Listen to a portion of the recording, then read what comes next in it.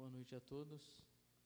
Que a gloriosa paz do Senhor Jesus esteja sobre a tua vida, sobre o teu lar, sobre tudo que lhe pertence. Mais uma vez quero de antemão dizer que para mim é uma satisfação muito grande, uma alegria incontável poder estar juntamente com os irmãos, podendo louvar e bendizer o nome santo do Senhor. Quero convidar os amados irmãos para nós estarmos louvando ao Senhor. Vou fazer uma breve oração e depois convido os amados irmãos para estar adorando a Deus juntamente comigo. Amém? Querido e soberano Deus, eu te dou graça por mais esta oportunidade. Te dou graça por cada vida que juntamente comigo sentiu no íntimo do seu coração em prestar culto, louvor, glória e honra ao teu nome. Abençoa cada vida, se faz presente na vida dos meus irmãos. Vai, Senhor, derramando da tua porção, da tua graça, do teu poder. O Senhor conhece cada vida que está me ouvindo neste momento, sabe das necessidades de cada um, além desse grande mal que nós temos passado no nosso país, que tem atingido também outros países.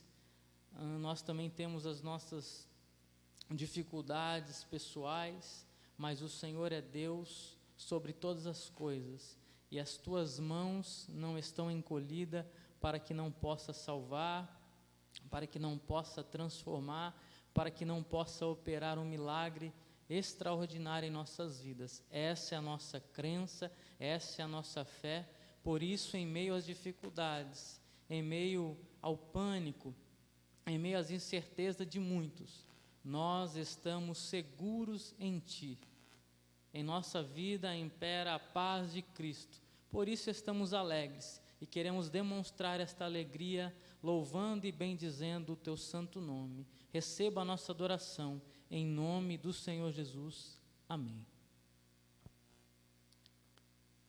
Cante esse louvor juntamente comigo, abra o teu coração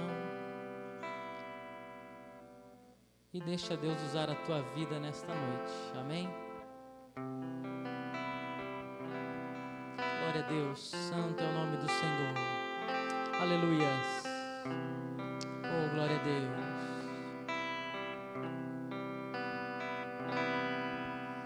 O Espírito de Deus está aqui, operando em nossos corações,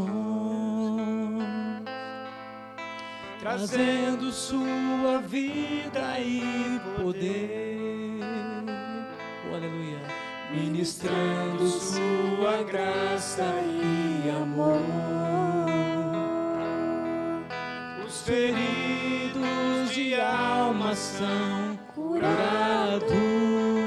Glória a Deus. Os cativos e oprimidos livres são. Os enfermos e doentes são sarados, pois o Espírito de Deus está aqui. Oh, aleluia.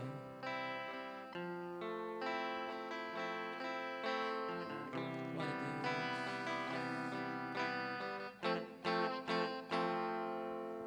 O Espírito de Deus está aqui,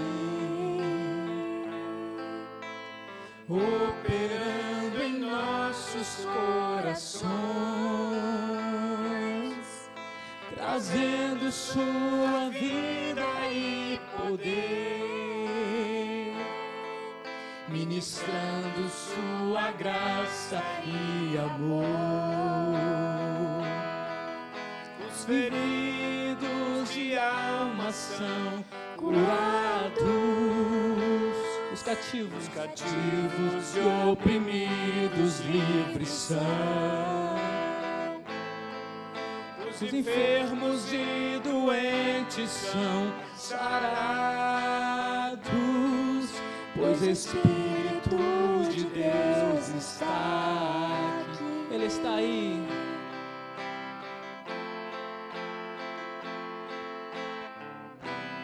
Pai, eu quero contemplar Sua glória e majestade. Oh, aleluia. Pai, eu quero te adorar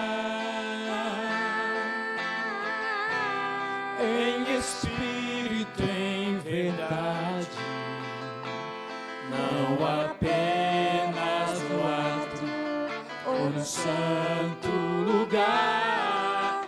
Eu quero te entronizar entre os querubins.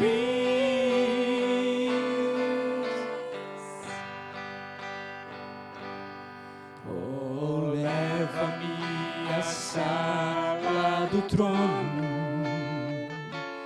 pelo novo e vivo caminho, pelo sangue de Jesus, eterno e sumo sacerdote.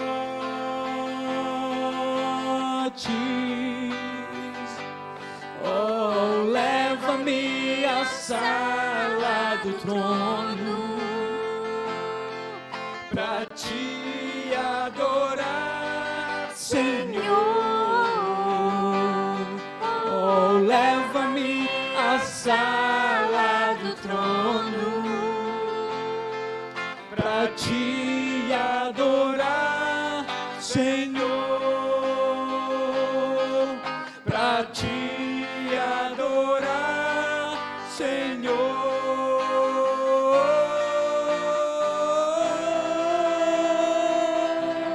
Oh, aleluia, glória a Deus. Nós nascemos para te adorar, ó Deus. Receba a nossa adoração, o nosso louvor. Venha ao nosso encontro, Senhor, ó Pai. Responde com poder e glória a cada vida, sobre cada lar, sobre cada situação nesta noite, em nome de Jesus. Glória a Deus, aleluia. Oh, maravilhoso Deus. Glória a Deus. Deus louve a tua vida. Deus te abençoe poderosamente. Para você que abriu a tua casa, abriu os teus ouvidos, abriu o teu coração, a palavra do Senhor, você que adorou junto comigo, abriu o coração para Deus. É isso que Deus espera de nós. Coração aberto na presença dEle. É só isso que Deus quer de nós. Um coração contrito, um coração quebrantado, um coração vazio de todas as preocupações, de todas as aflições, de todas as mágoas, de todos os medos, de todos os temores. Quando nós nos esvaziamos de todas essas coisas que querem nos preencher e tomar o lugar do Senhor, aí Ele vem e habita, aí Ele preenche, aí o milagre começa a acontecer, aí há um reboliço, aí o céu se abre, e aí nós podemos ver a maravilhosa graça e o poder, a manifestação poderosa da mão de Deus sobre nossa vida. Enquanto nós adoramos, enquanto nós louvamos, algo diferente começou a acontecer, cadeias foram quebradas, vidas foram libertas, doentes foram sarados, porque o poder de Deus se manifesta ao nosso favor. Creia nessa palavra, creia em tudo que o Senhor vai manifestar e operar em prol das nossas vidas nesta noite, porque nós nos desprendemos de todas as coisas para somente adentrar no Santo dos Santos, na presença daquele que era, que é e que há de vir, o Deus Todo-Poderoso, o Deus Todo-Amor, o incomparável, Senhor dos Senhores, Rei dos Reis. Oh, aleluia. Aleluia, nesse mesmo espírito de adoração, nesse mesmo espírito de entrega na presença do Senhor, Adentre comigo na palavra que o Senhor acentuou no meu coração nesta noite. Eu creio que essa palavra vem de encontro à sua necessidade, que essa palavra vem de encontro aos seus questionamentos. Eu não sei o que tem passado pela tua mente, pelo teu coração, mas eu creio que esta palavra vem direto do trono de Deus para o encontro da tua vida. Aleluias. Abra a palavra primeiramente no livro de Filipenses, no capítulo 1, verso 6. Filipenses capítulo 1, verso 6. Aleluias. Continue glorificando, exaltando o Senhor. É momento de adoração. Você está no seu lar, mas a presença do Senhor está aí com você. Então é momento de nos calarmos para ouvir a voz de Deus. É momento de reverência, é momento de nos aquietarmos para que o Senhor venha bradar em nossas vidas com a voz poderosa como o som de muitas águas e traga muitas respostas a qual nós temos pedido, a qual nós temos questionado, mas Ele tem respostas para as nossas indagações nesta noite. Glória a Deus. Louvado seja o nome santo do Senhor. Livro de Filipenses, primeiramente no capítulo 1, verso 6, a palavra do Senhor começa nos dizendo assim: estou certo que aquele que começou boa obra em vocês ou em vós, há de terminá-la, ou em outras traduções diz de completá-la, até o dia de Cristo Jesus. Ainda com a sua Bíblia aberta, ou seu celular que contém uma Bíblia, o importante é você tomar posse da palavra do Senhor. Ou qual meio você está usando para chegar até a palavra do Senhor, não importa neste momento, mas o importante é a riqueza da revelação da palavra do Senhor, que você possa anotar, mas principalmente anotar na tábua do teu coração e relembrá-la dia após dia, porque quando nós recebemos a palavra do Senhor, o inimigo é astuto, ele vem com dificuldade, ele se levanta para querer tomar, para querer saquear a palavra do Senhor, porque quando nós temos a palavra do Senhor, é a assinatura do Senhor que Ele vai entrar com providência. Antigamente, nos dias de hoje nem tanto, mas antigamente a palavra valia muito, e todas as vezes que nós lemos a palavra do Senhor, e nós em petição ao Senhor, em oração, nós decretamos ao Senhor: Senhor, faz isso em minha vida, segundo a Tua palavra, que é a assinatura do Senhor, que algo vai acontecer em nosso favor. Então aprenda a guardar a palavra, porque no momento oportuno você saca da palavra e fala: Senhor, o Senhor me disse, através da Tua palavra, então que se cumpra em minha vida aquilo que foi entregue da Tua parte para a minha vida. O Senhor me deu a Tua palavra. Aleluias. Abra também agora no livro de João, no capítulo 8, do verso 1 ao 6. Livro de João, no capítulo 8, do verso 1 ao 6. Palavra do Senhor tremenda e poderosa. Aleluias. Glorificado seja o nome santo do Senhor. Aleluias. A palavra do Senhor diz assim: Jesus, no entanto, foi para o Monte das Oliveiras.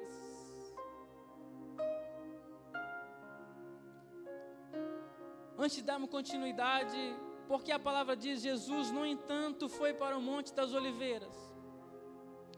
Porque nessa situação aconteceu algo antes, por isso diz assim: Jesus, no entanto, ou seja, estava acontecendo algo com Jesus, mas isso não ocorreu, e então Jesus foi para o Monte das Oliveiras. O que estava acontecendo com Jesus antes deste capítulo 8, desses versos 1 e 6? No verso 7, os escribas, que são os sacerdotes, doutores da lei, e os fariseus, estavam querendo prender Jesus. Como sempre, a indagação deles era que Jesus era um falso Messias, estava pregando blasfêmias, E eles então armaram uma cilada para prender Jesus, enviaram os soldados para que fosse até onde Jesus estava pregando e o prendessem. Mas esses soldados chegando lá, ao ouvir a palavra do Senhor, eles são impactados, e eles ficam como paralisados, anestesiados, e eles abrem os ouvidos e o coração e começam a ouvir a Jesus, e veem que aquelas palavras não vêm do homem comum, mas senão do trono de Deus, direto da boca de Jesus. É pronunciado palavras a qual eles dizem que jamais tinham ouvido e visto alguém pregar daquela maneira, alguém falar daquela maneira. E os soldados voltam até os escribas e fariseus. Então os escribas e fariseus, bravos, nervosos, dizem: ué, vocês voltaram e não trouxeram ele? O que aconteceu? Então eles falam: ninguém jamais falou da maneira como este homem fala. Eles estavam impactados porque não ouviram ninguém falar palavras doces, palavras de amor, palavras que trazem resultado, palavras que transformam. Conhecereis a verdade vos libertará. E aqueles homens foram expostos à palavra do Senhor, e eles foram impactados. Então eles não puderam fazer nada com Jesus.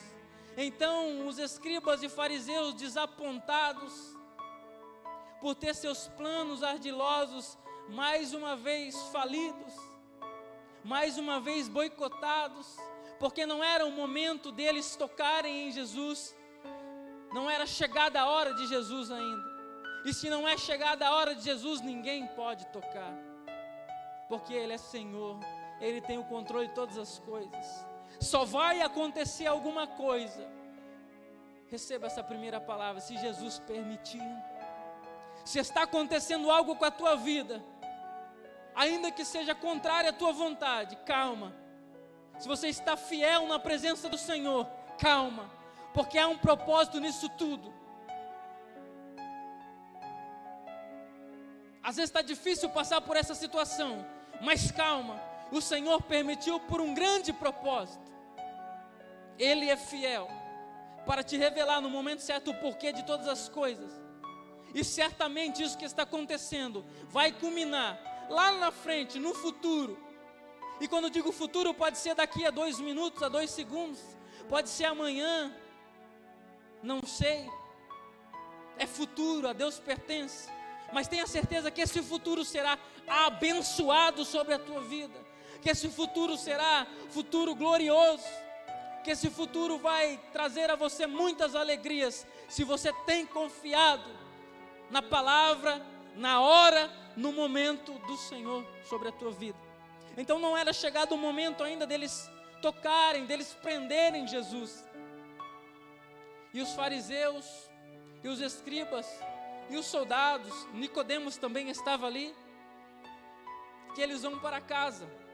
A palavra diz: então cada um foi para a sua casa. No livro de João, no capítulo 7, verso 53. Então cada um foi para a sua casa. E aí começa a palavra que o Senhor maravilhosamente acentuou no meu coração para compartilhar com os irmãos. Quando cada um foi para a sua casa, Jesus, no entanto, não foi para casa. Jesus, no entanto, foi para o Monte das Oliveiras. O que ele foi fazer ali? Orar, ter comunhão com o Pai, ter uma conversa mais íntima com o Pai. Você está tendo esses momentos com o Pai? Enquanto todo mundo vai dormir, enquanto todo mundo vai assistir uma televisão, enquanto todo mundo vai fazer qualquer outra coisa, você tem ido para o Monte das Oliveiras? O que é o Monte das Oliveiras para nós hoje? É dobrar os joelhos, na beirada da sua cama mesmo, aonde você puder, e buscar ao Pai em oração. Porque Jesus sabia que estava para chegar um grande momento, e ele precisava conversar com o Pai. E às vezes nós estamos prestes a passar por grandes momentos, e nós temos a sensibilidade de descer aos Montes das Oliveiras, ou seja, de descer no joelho e conversar com o Pai, expor os nossos medos, expor as nossas dificuldades, e falar para Deus: Deus, eu estou para realizar tal tarefa, isso, aquilo, seja na família, seja no trabalho, não sei qual é a sua situação, qual a sua necessidade, mas desce no joelho, ou seja, vai para o Monte das Oliveiras. Descer no joelho é o Monte das Oliveiras espiritual. Vai ter com o Pai antes de realizar qualquer coisa, vai ter com o Pai antes de fazer qualquer coisa. Desce na oração, porque o Pai quer mostrar coisas que estão ocultas, coisas maravilhosas, coisas insondáveis, para a minha vida e para a tua vida. Verso 2: de madrugada voltou novamente para o templo, e todo o povo se reuniu em volta dele, e Jesus, assentados, ensinava. Então os escribas e fariseus trouxeram à presença dele uma mulher surpreendida em adultério, e fazendo-a ficar em pé no meio de todos, disseram a Jesus: Mestre, esta mulher foi surpreendida em flagrante adultério. Na lei, Moisés nos ordenou que tais mulheres sejam apedrejadas. E o Senhor, o que tem a dizer?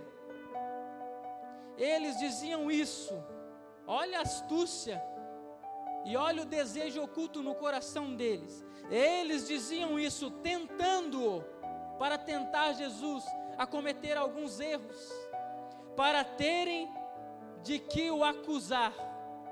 Mas Jesus, inclinando-se, escrevia na terra com o dedo. Guarde isso no teu coração. Mas Jesus, inclinando-se, escrevia na terra com o dedo. Glória a Deus. Louvado seja o nome santo do Senhor. Lembra que nós lemos Filipenses capítulo 1, verso 6? Resumindo, para que nós possamos entender a revelação do Senhor para nossas vidas, no livro de Filipenses, no capítulo 1, verso 6, quando Paulo diz: estou certo de que aquele que começou boa obra em vocês há de completá-la até o dia de Cristo Jesus. Essas palavras eram referidas aos filipenses, aos cristãos situados na cidade de Filipos. Paulo demonstrava grande alegria ao escrever a esses cristãos filipenses, pois eles sempre serviram e sempre estiveram do seu lado, na expansão, na ampliação, na fundação das igrejas, na propagação do Evangelho de Cristo. Nunca mediram esforços e sempre disponibilizaram de todos os recursos que eles tinham em mãos para ajudar, para abençoar o apóstolo de Cristo, chamado Paulo. Por isso, Paulo, quando escreve aos Filipenses essa carta, ele sentia profunda alegria em escrever esta carta a esses irmãos da igreja de Filipos. Mas é algo interessante, porque ele não escrevia essa carta aos irmãos, porque, lembre-se, eles ajudavam com donativos, com todos os seus recursos. Não era por isso somente que Paulo estava escrevendo aos irmãos, não somente agradecendo por eles ajudarem nas viagens missionárias, a financiar as viagens missionárias do apóstolo, a eles estarem em todo momento com o apóstolo. Não era somente isso, por isso que Paulo estava feliz, estava alegre com esses cristãos. Mais do que isso, Paulo estava feliz e alegre com esses cristãos, porque Paulo via que dia após dia eles cresciam no amor, em sabedoria e na paz de Cristo Jesus. Dia após dia eles mostravam um caráter cristão que alegrava Paulo. Paulo via o fruto da sua obra, o fruto do seu martírio, o fruto muitas das vezes da sua humilhação, muitas das vezes noites sem dormir, muitas das vezes das suas dificuldades para chegar até eles e pregar o Evangelho. E Paulo via nesses cristãos filipenses os frutos da semente a qual ele ajudou a plantar. Não foi somente ele, mas ele ajudou a plantar essa semente. E ele via essa semente dando fruto. Então ele ficava muito feliz ao escrever a esses irmãos. Mas há algo que nós temos que atentar aqui, é que Paulo sabia claramente que esse crescimento desses cristãos não provia somente dele ou deles mesmos.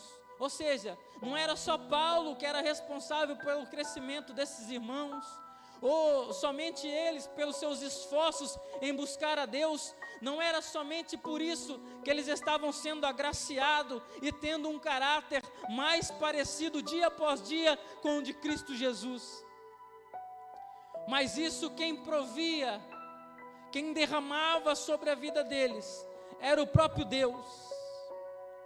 Mesmo Paulo tendo ensinado eles, Paulo sabia que aquele crescimento não vinha de outro lugar, não vinha de outra pessoa, senão da pessoa do Deus Todo-Poderoso sobre a vida daqueles irmãos.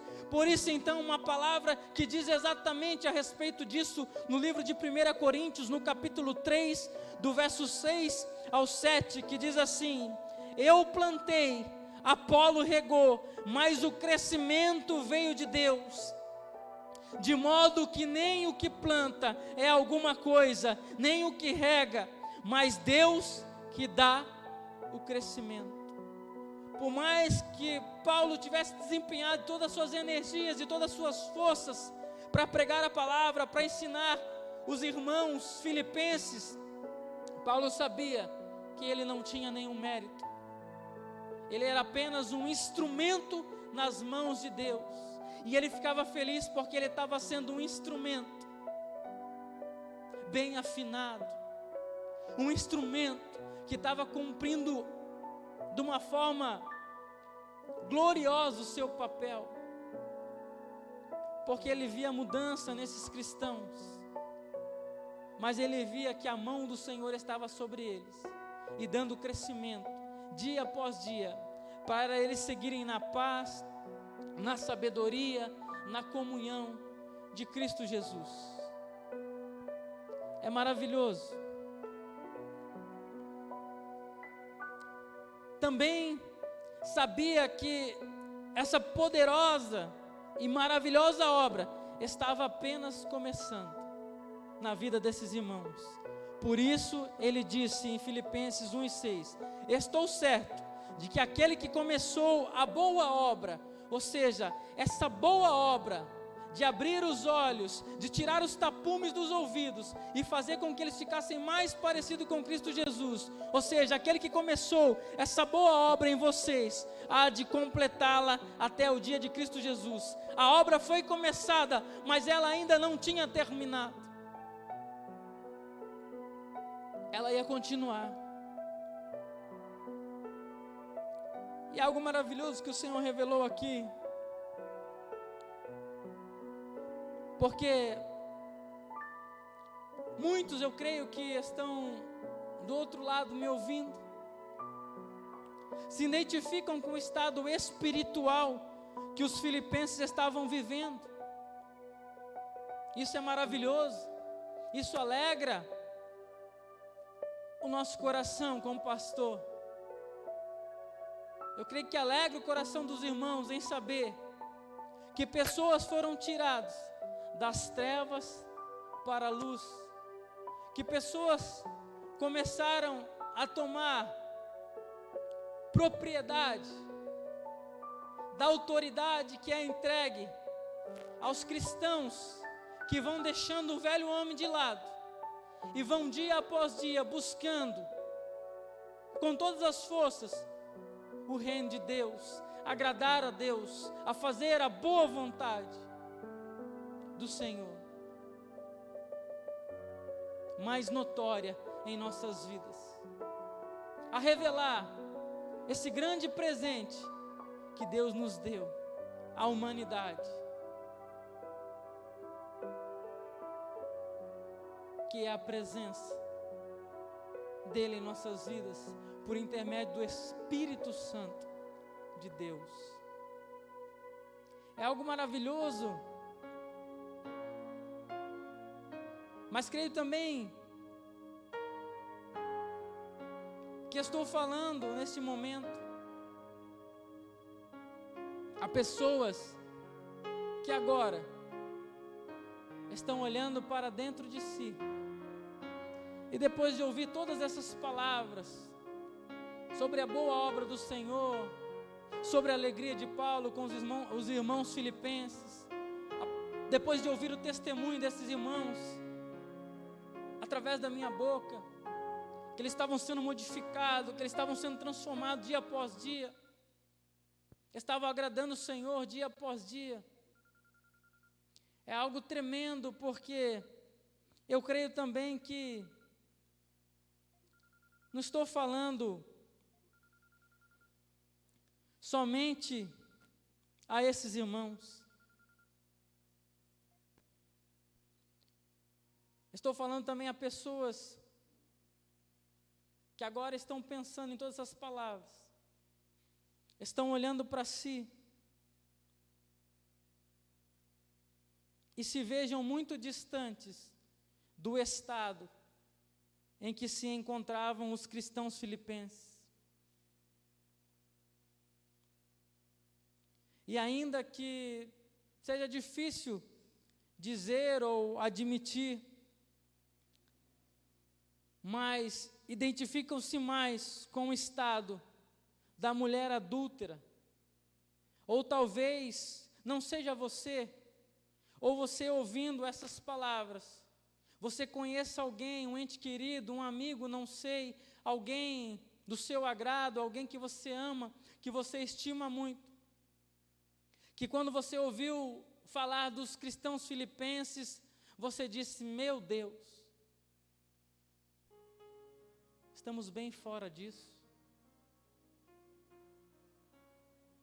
Estamos muito longe disso. Há quanto tempo a paz de Cristo já não reina mais no meu lar ou no lar daquela pessoa? Ou você começa a olhar agora para a situação que essa pessoa se encontra, muitas das vezes a situação amorosa,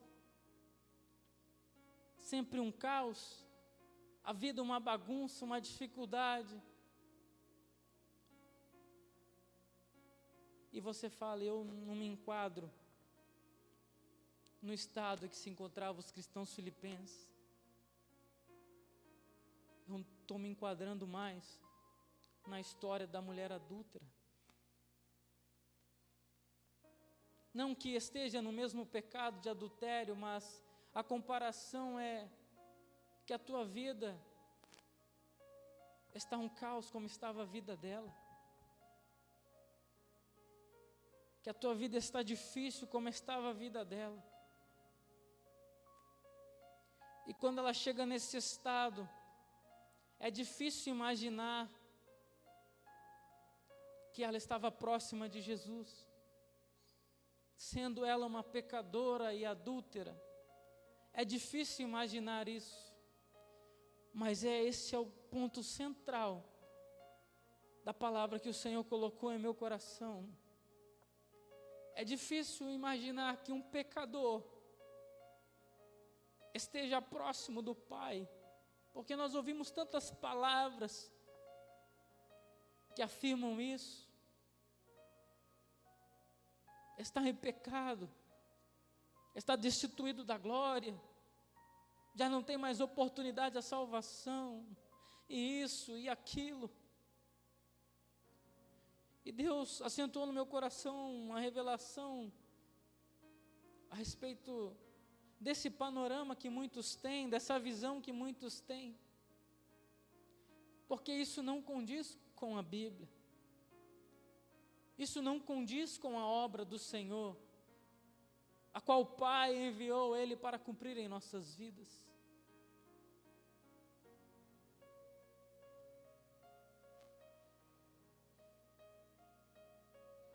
E talvez você esteja pensando,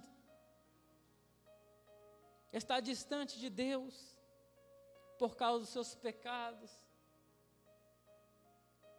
por causa das aflições que tem acometido a tua vida, e você tem pensado, isso é castigo pela situação que eu me encontro, isso é cobrança. Tem muita gente que diz, quando coisas assim estão acontecendo, calma, Deus está tratando, Deus vai tratar, é dessa maneira, tem que acontecer isso mesmo. Quando as pessoas estão passando vergonha, humilhações como esta mulher adúltera estava passando neste momento, a dor, a culpa, as acusações, os apontamentos e tantas outras coisas, a qual ela estava passando naquele momento, a qual estava passando em sua mente. Imagine como estava o coração dela, diante daquela multidão, todas reprovando, todas prontas a atacá-la, prontas a enviá-la direto para o abismo, para o inferno, sem direito a perdão, sem direito ao amor e à misericórdia de Deus. E quantas das vezes nós fazemos isso, mas nós nos esquecemos que um dia nós estávamos na mesma situação que ela. Ou todos nasceram santos, ou todos nunca pecaram. Não. Nós não nascemos igual aos cristãos filipenses. A palavra nos diz que eles foram adquirindo essa postura. É um caminhar com Deus, leva tempo, tem que ter esforço, tem que ter entrega, tem que ter renúncia para chegar a esse estado. Mas talvez você não esteja nesse estado. Como eu não estive, estou procurando dia após dia chegar a esse estado. Mas muitas das vezes, o estado da mulher adúltera é o que mais se enquadra com as nossas vidas. E agora ela está diante da justiça dos homens sábios, escribas e fariseus, que se achavam sábios, a sua própria maneira de pensar, de viver, de interpretar as Escrituras. É tremendo porque esses homens se achavam sábios demais, mas estavam cheios, e não era do Espírito Santo de Deus, não, e não era da presença de Deus, não. Eram escribas e fariseus, conheciam a lei, ou seja, a palavra de cor e salteado, mas não abriram o coração para a revelação principal da palavra de Deus, o amor. Estavam cheios de religiosidade, eram apenas religiosos. A religiosidade imperava no coração deles, os dogmas, ou seja, os costumes, a liturgia imperava. E eles estavam como que com tapumes nos olhos, para enxergar que aquela mulher também era uma filha de Deus. E talvez você do outro lado esteja se encontrando assim, está envergonhado, está aflito, está se escondendo, está sofrendo, porque pessoas que se dizem crentes,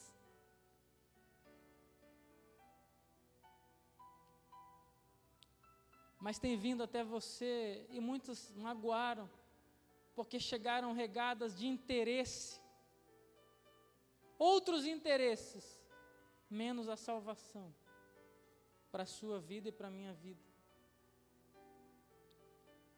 E usando seus próprios interesses,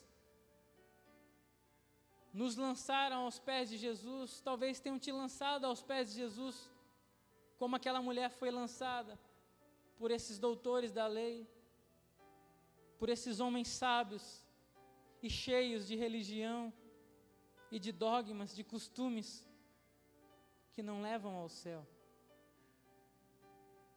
Pastor, não levam. Dogma e costumes e religião não levam ao céu. Porque quantos se dizem religiosos, ter uma religião, vivem regradamente os costumes da igreja, mas não conhecem a pessoa do Senhor Jesus.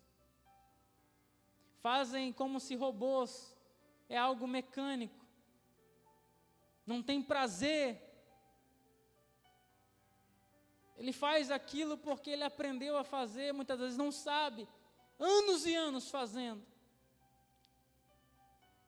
mas nunca ouviu a voz do Senhor falando ao seu ouvido, falando ao seu coração. Porque a voz do Senhor fala através do nosso coração. Pastor, como isso é possível? O coração tem ouvido? Quando Deus quer falar, o nosso coração tem ouvido. Aquele que está disposto a ouvir a voz de Deus, o seu coração ouve. Quando Ele fala, aqueles soldados ouviram as palavras de Jesus, e creio que eles não ouviram com os ouvidos, mas para eles serem impactados daquela maneira, eles ouviram com o coração. Quando nós ouvimos a palavra do Senhor com o coração, a transformação, a mudança, algo extraordinário acontece em nossas vidas, e nós não voltamos a ser as mesmas pessoas. E aquela mulher foi lançada aos pés de Jesus. Talvez você foi lançado aos pés de Jesus, mas segundo aqueles que te têm lançado aos pés de Jesus, com a intenção de te acusar e de te reprovar na palavra de Deus, porque essa é a intenção. Ele não tem intenção de salvar, de te estender uma mão amiga, de te estender um ombro amigo, de ter uma palavra que vai transformar a tua vida. Não, Ele tem uma palavra de acusação, de apontamento para a tua vida. Ele vem querendo crucificar. Este é escriba e fariseu. Ele só vê o lado negativo, só vê o lado ruim da coisa, e quer ser a boca de Deus para as nossas vidas.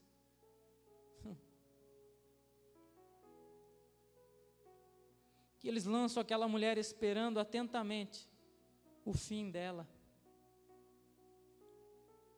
porque eles não estavam se importando com ela.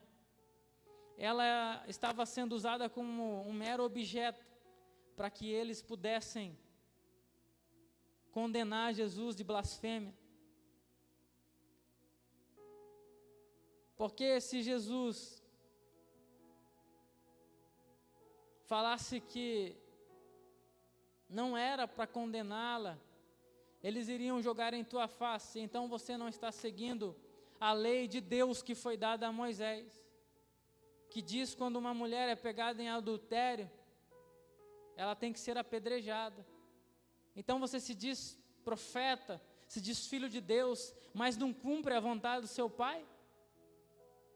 Eles já estavam preparados com esses argumentos, mas eles se esqueceram de uma coisa, que Jesus sabia que eles tinham forjado tudo aquilo, porque se ela foi pega em adultério, cadê a segunda pessoa que estava com ela? Eles não trouxeram o homem que estava com ela, só trouxeram a mulher perante Jesus. Jesus ali já viu uma armação, já viu a intenção no coração daqueles homens, que era algo para prejudicá-los. Agora, se Jesus manda crucificar a mulher, aonde está o amor que ele pregava? Ele estava indo contra a palavra do Senhor, porque antes das festas não podia se crucificar ninguém. Eles estavam preparados e estavam apenas usando aquela mulher.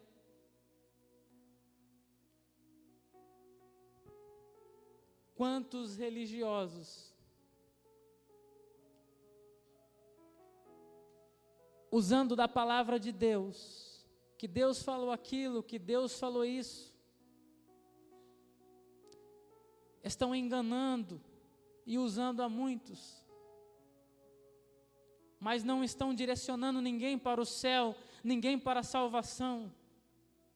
Só estão se importando com suas finanças, se importando com o seu próprio eu, se importando com as suas próprias vontades. O objetivo deles ali era acabar com Jesus, e era isso que eles queriam. Não estavam preocupados com alma, com a pecadora, coisa nenhuma. Se precisasse crucificá-la e apedrejá-la, mas que isso resultasse na prisão de Jesus, eles iam fazer. E quantos têm feito isso? Dizendo vir em nome do Senhor, dizendo pregar a palavra de Deus, crucificam a muitos, mas não olham para si mesmos, não olham para as suas vidas, não tiram o argueiro, estão mais preocupados, melhor dizendo, com o argueiro que está no olho do irmão. O que é o argueiro? É o cisco, um cisquinho minúsculo. Ou seja, numa situação que o irmão está ali vivendo, que muitas das vezes é pequena perante aquela que ele está vivendo, e não tira a trave que está nos seus olhos, seja um pedaço de madeira bem grande. Ele está mais preocupado em apontar, em crucificar, em atirar pedras na vida dos outros. E tem se esquecido da sua própria salvação.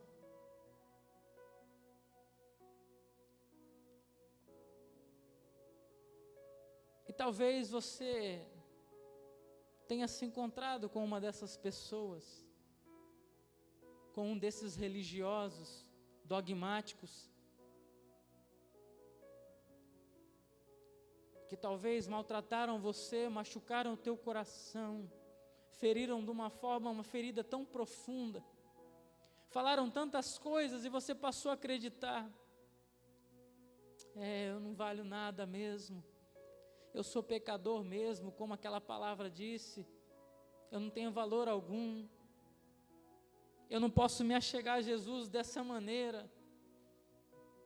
E assim que ela se sentia, da forma como eles a levaram até Jesus: eu sou adúltera mesmo, eu não mereço nem olhar para Ele, eu estou suja, eu estou imunda.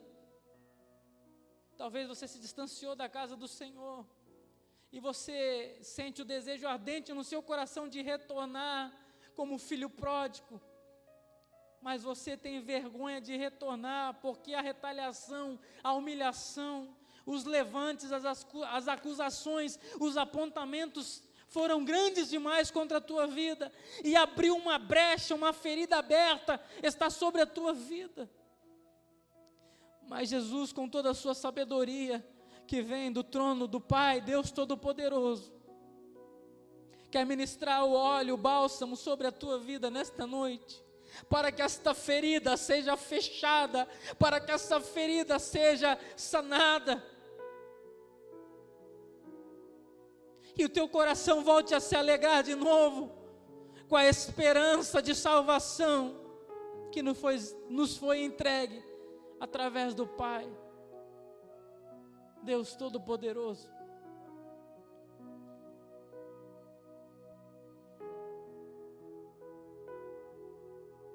Porque as pessoas falam coisas a nós, que muitas das vezes nós sentimos vergonha de olhar para Jesus, de se deparar diante da santidade de Jesus, sem ter esses sentimentos. A santidade de Jesus, a pureza de Jesus, chega a nos ofender. Fala: não sou digno, eu não mereço, eu falei demais, esse pecado aqui não tem perdão, eu errei muito, eu cheguei no abismo, eu cheguei no fundo do poço. Talvez é assim que você esteja se sentindo.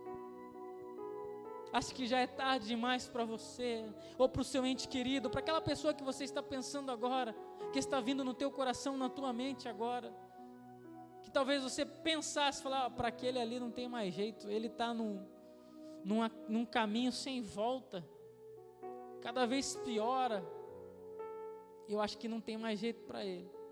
Ainda bem que você só acha, porque a certeza quem tem é só Deus. Glória a Deus, aleluia. Santo, santo é o Senhor. Nós não temos certeza de nada. A certeza é, se nós estivermos na presença do Senhor, a única certeza que nós temos é que nós iremos morar com Ele na glória. Aleluia!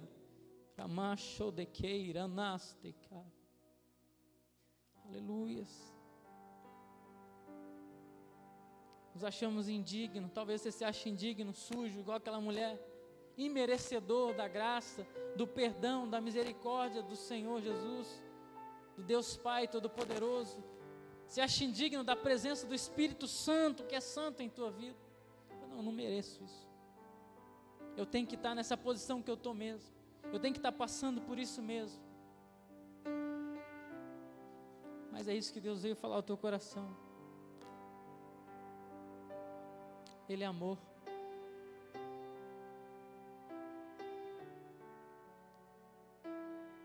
E talvez você esteja pensando, só me resta condenação. Como creio que aquela mulher estava se sentindo ali naquele momento?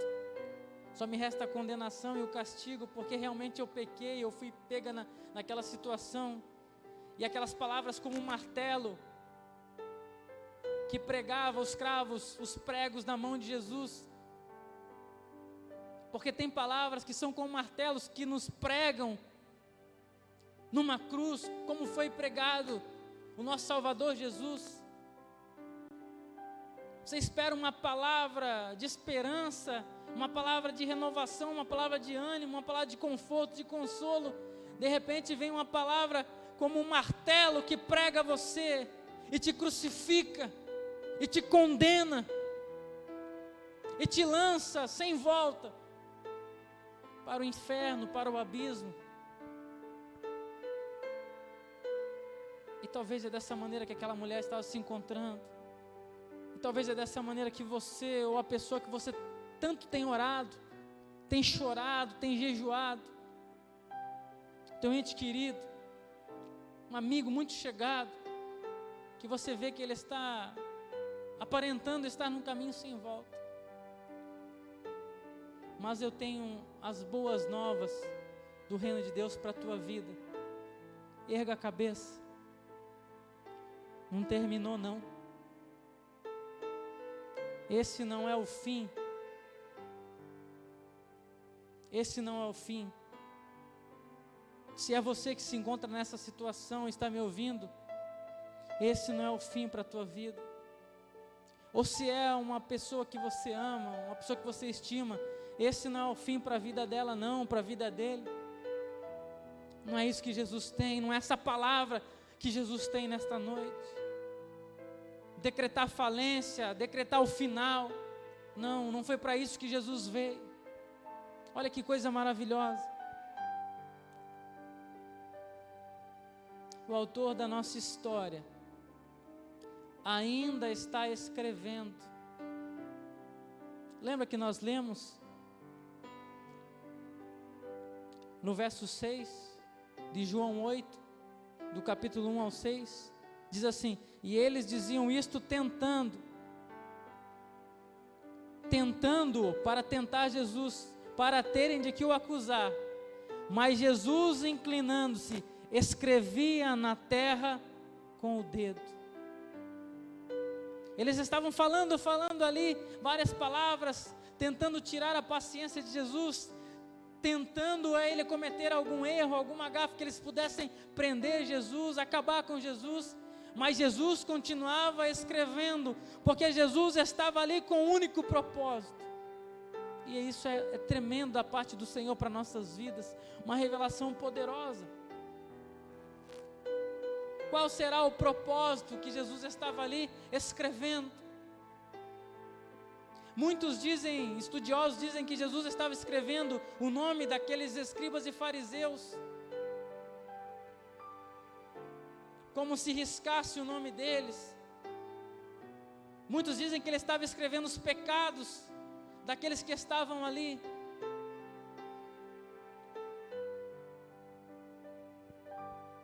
Mas eu me atrevo a dizer que eu penso não ser isso. Algo que o Senhor acentuou no meu coração. Enquanto estavam todos preocupados em crucificar Jesus, e se fosse necessário também acabar com aquela mulher, para que o seu plano desse certo. Jesus estava preocupado com o próximo, Jesus estava preocupado com aquela mulher, Jesus estava escrevendo algo. Aquela mulher chegou até Jesus numa posição, numa condição de pecadora, segundo a lei, destituída da salvação, da glória, do reino de Deus. Ela chega nesse panorama, nessa visão, nesse estado de afastada de Deus, de inimiga de Deus. Mas Jesus está escrevendo.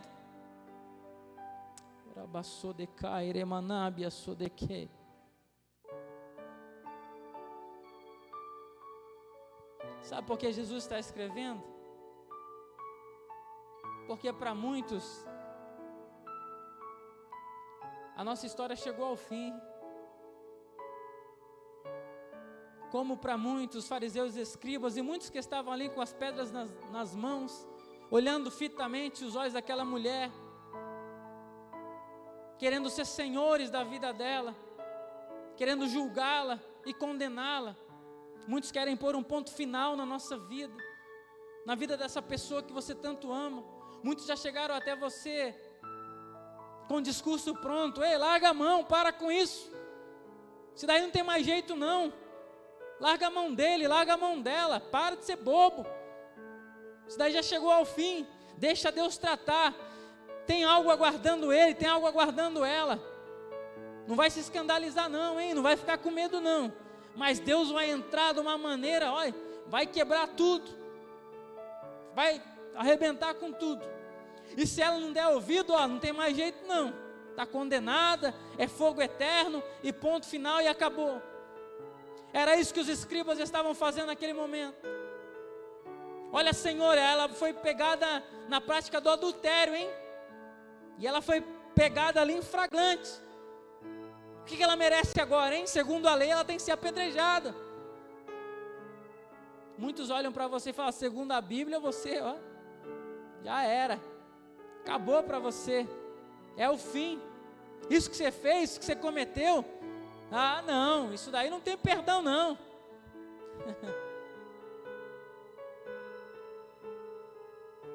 Mas essas pessoas são deuses agora?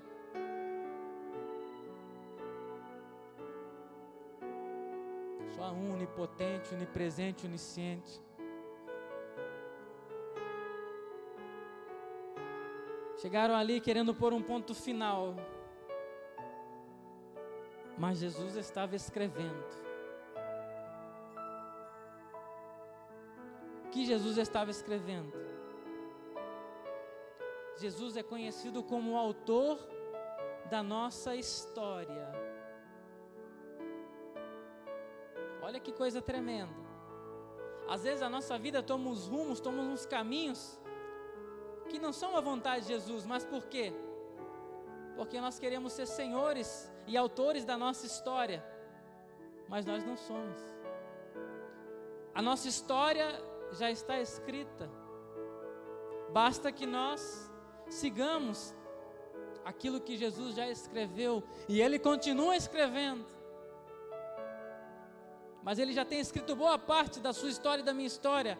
Vai seguindo e Ele vai escrevendo, vai andando e Ele vai escrevendo.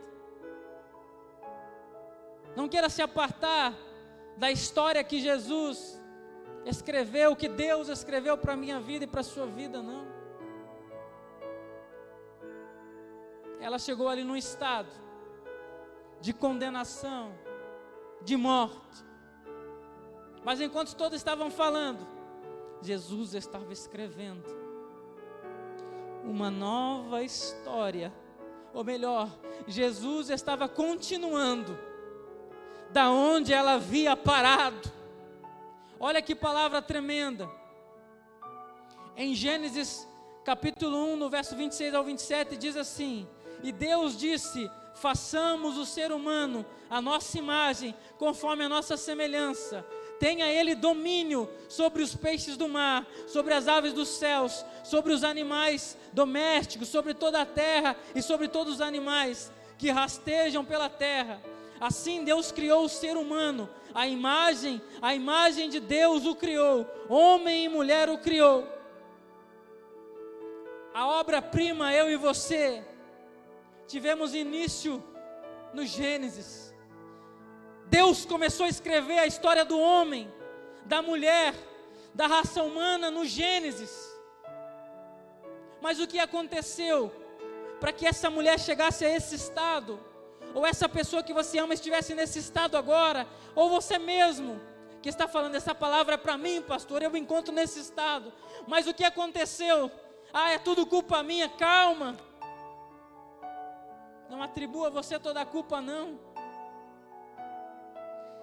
Deus, o Filho, o Espírito Santo haviam escrevido uma história. Façamos o homem, ou seja, a Trindade, a nossa imagem, conforme a nossa semelhança. Começou uma história maravilhosa, uma obra-prima, algo maravilhoso da parte de Deus na vida do homem. Mas então Satanás, ardiloso e astuto, a velha serpente, quis abortar a boa obra de Deus, quis aniquilar a boa obra de Deus, fazendo que o homem e a mulher pecassem e se voltassem contra Deus. E ali com isso o plano dele era pôr um grande ponto final na obra-prima de Deus. Ali ele queria pôr um ponto final na história que estava sendo escrito na minha vida e na sua vida, implantando em nós o pecado. O pecado era o grande ponto final de Satanás na nossa história, e ali nós teríamos sido aniquilados, condenados. O pecado foi o ponto final de Satanás. Ramasso de comiandeshe de cairemas. Tu yandequei, mas tu és bondoso, tu és santo, é maravilhoso, misericordioso. O teu amor é incomparável. Aleluia.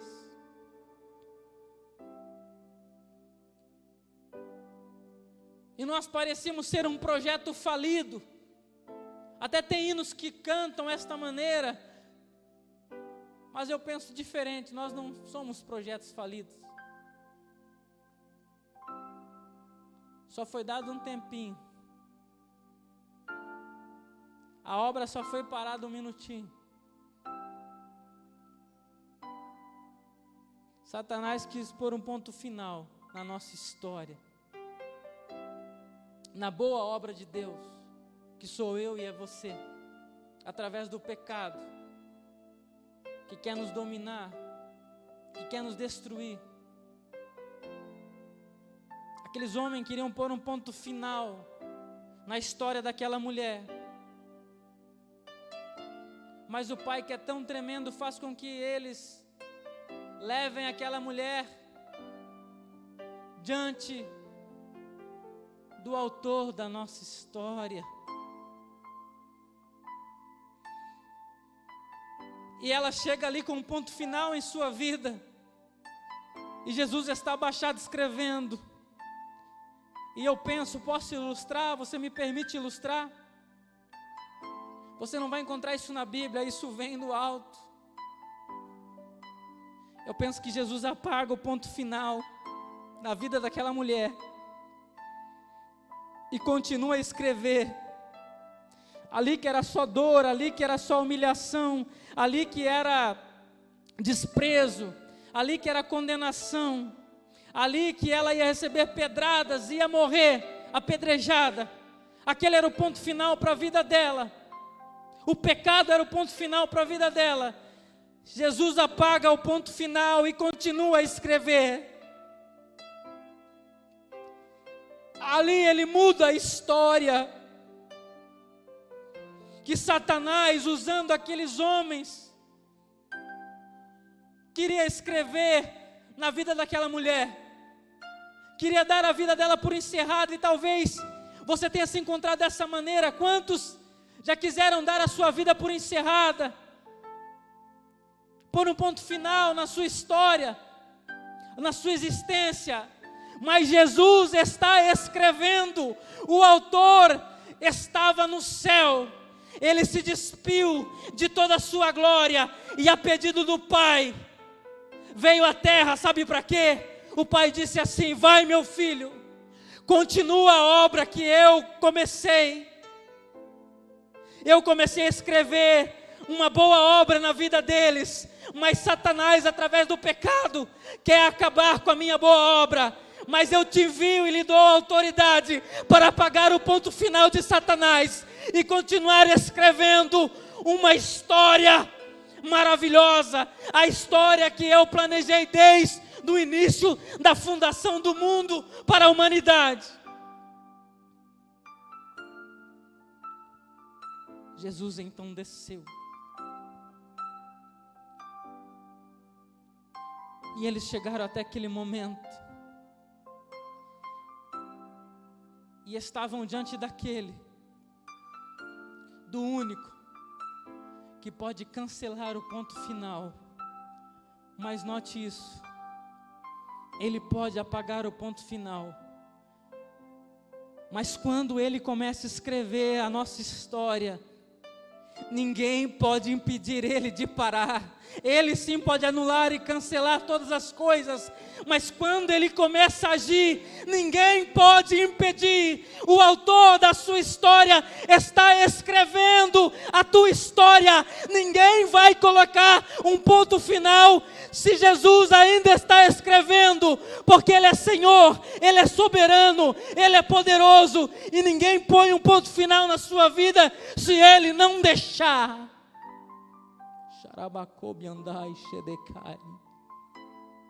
Ei, ninguém vai pôr um ponto final, não. Pode estar no mundo das drogas, pode estar na prisão, pode estar em cima de uma cama, convalescendo, mas se não chegou a hora ainda, se não é essa história que Ele tem para essa vida, se não é esse o fim que Ele decretou, nada vai acontecer. O inimigo pode tentar, pessoas podem se levantar, mas nada vai impedir o agir de Deus na sua vida. O autor da sua história ainda está escrevendo. Aquele que começou a boa obra na sua vida ainda não terminou. Esse foi o tema que Deus acentuou no meu coração no decorrer dessa semana. Diga para os meus filhos, e você primeiro toma posse disso, independente de como você se encontra. Eu falei, tá bom, Deus, eu vou tomar posse. E replica aos outros. Informa os meus filhos também. Muitos que deram sua história por encerrado, muitos que deram seus projetos falidos, seus sonhos falidos, diz para eles: estou certo de que aquele que começou a boa obra em vocês há de completá-la no dia de Cristo Jesus. A obra de Jesus não terminou na nossa vida, não vai terminar nessa vida. A obra só vai ser completa. O ponto final Ele vai colocar quando nós estivermos no céu, e lá começará uma outra história que vai ser escrita por Ele, e essa história vai ser maravilhosa.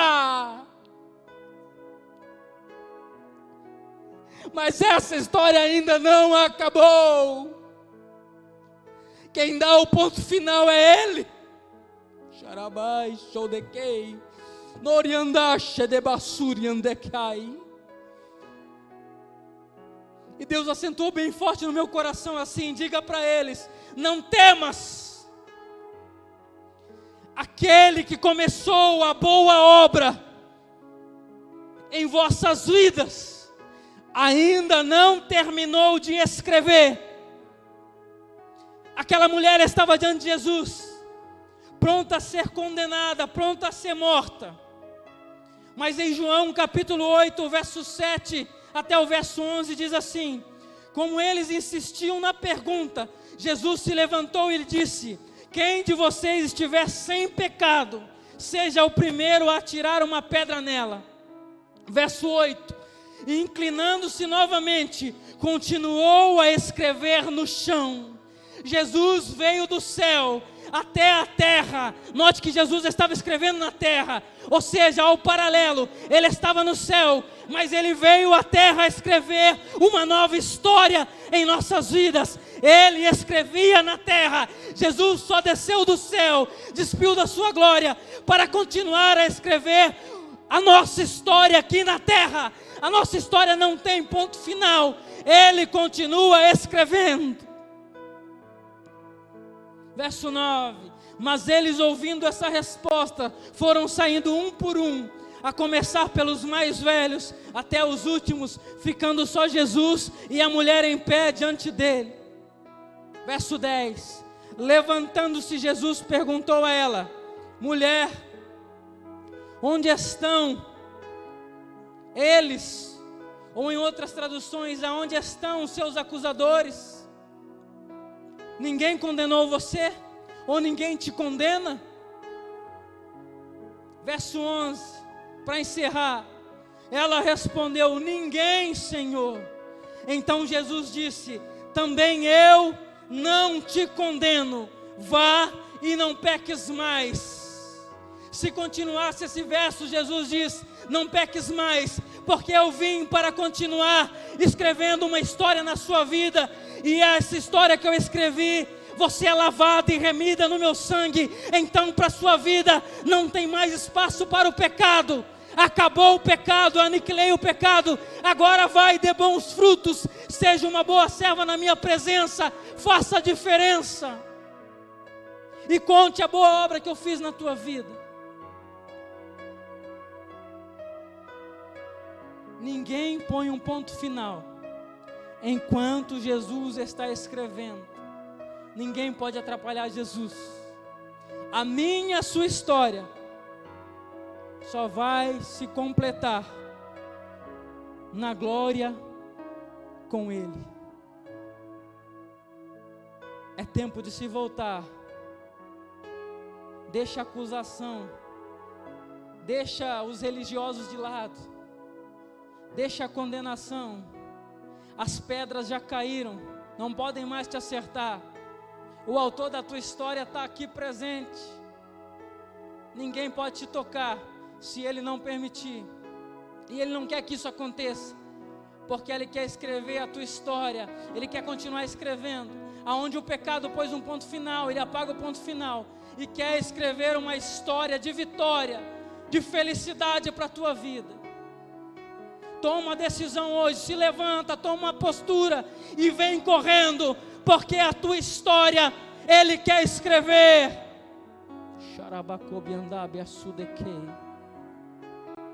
A escolha é tua, e a história que Ele tem é maravilhosa para a tua vida. Esquece o que passou, corre para o Pai, para o autor da nossa história, para aquele que começou a boa obra em nós. Permita que Ele concretize a sua boa obra. Glória a Deus. Fique com essa palavra acentuada no teu coração. Não permita que ela seja roubada por nada deste mundo, porque ela fala do grande valor que você tem para Deus e o quão importante e precioso você é. Ore juntamente comigo. Pai, nós te damos graça por este momento. Fica conosco. Nos ajuda a compreender a revelação da tua palavra. E nos ajuda a viver essa história que o Senhor tem escrito para nós nesta noite. Nos dá coragem, nos dá força para nos desvencilhar de toda amarração, de toda acusação, de toda astúcia do inimigo. E viver a história que o Senhor escreveu para nós. Fica com cada vida, com cada família. Abençoa os teus filhos. É o que eu te peço e te agradeço, no nome santo de Jesus. Amém. Com a permissão do pastor, que o amor de Deus, a graça do nosso Senhor Jesus e as infindáveis consolações do Espírito Santo estejam conosco, não somente agora, mas para todo sempre. Só você que quer, diga amém. Graças a Deus, tenha uma ótima noite.